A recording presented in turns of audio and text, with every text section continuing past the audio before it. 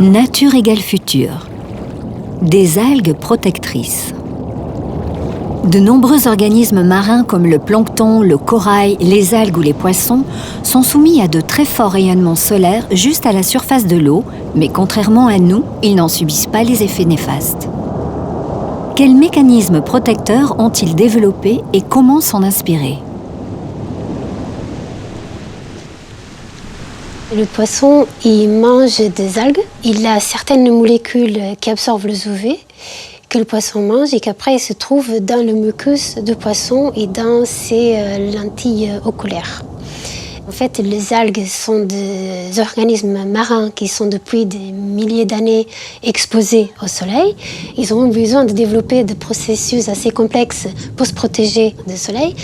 Les algues, en fait, elles biosynthétisent via la voie biochimique avec l'aide des enzymes des molécules qu'on appelle mycosporine et le acide aminé de type mycosporine.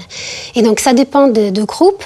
Donc, les mycosporines, elles vont absorber plutôt le UVB et les acides aminés de type mycosporine, elles absorbent plutôt le UVA.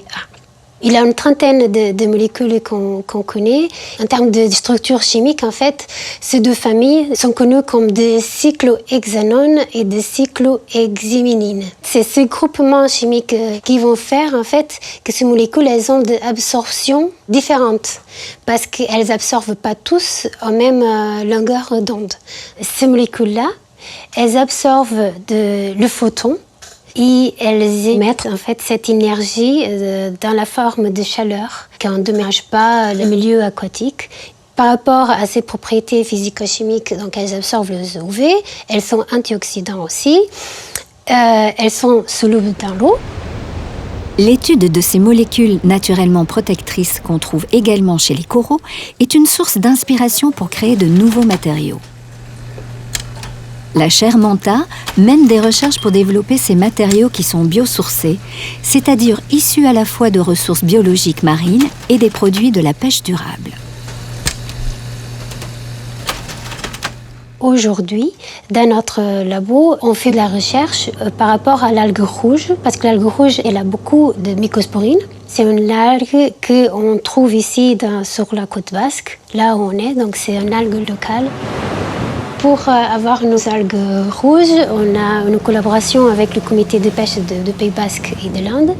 Les pêcheurs sur la côte basque, ils font aussi une pêche durable. Donc les pêcheurs, en fait, ici, ils ne vont pas arracher les algues.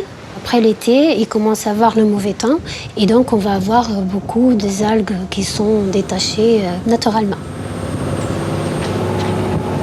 En ce moment, on a des travaux de recherche dans l'extraction de ces molécules via la chimie verte. Et comme moi, je suis dans le développement de biomatériaux éco-friendly ou durables, pour moi, toutes les molécules qui ont une fonction comme absorber les UV qui sont solubles dans l'eau, c'est fantastique parce que je n'ai pas besoin d'utiliser de solvants en fait, pour pouvoir travailler avec elles, pour pouvoir développer des matériaux avec ces molécules. On a une collaboration avec le laboratoire de Biarritz, qui eux, ils développent des formulations de crèmes solaires pour mettre ces molécules que nous, on développe ici au labo. Et eux, après, ils vont les mettre dans ces compositions, dans ces formulations.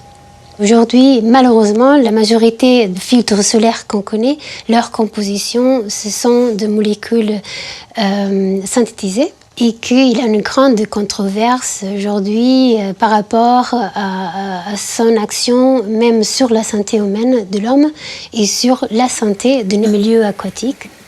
On pense aussi toute la recherche autour de personnes en fait, qui ont des pathologies qui sont associées au rayonnement solaire, comme les albinos et les enfants de la Lune. Là, c'est un travail en collaboration avec INSERM, qu'avec un laboratoire de dermatologie, on peut développer par exemple des hydrogels ou des films. La bioinspiration, c'est une philosophie que j'utilise. Je m'inspire de la nature pour répondre à certains problèmes complexes qu'on peut trouver aujourd'hui dans la société. Ces molécules peuvent être associées à d'autres molécules naturelles pour réaliser des plastiques entièrement biodégradables.